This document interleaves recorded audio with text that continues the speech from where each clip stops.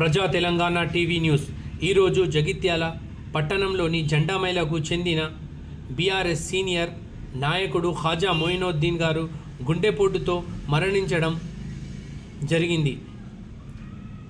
Congress Nizamabad parliament అభ్యర్థి జీవన్ రెడ్డి గారు మరణించిన వార్త తెలవగానే అక్కడికి చేరుకొని ప్రగాఢ సానుభూతి తెలియజేయడం జరిగింది.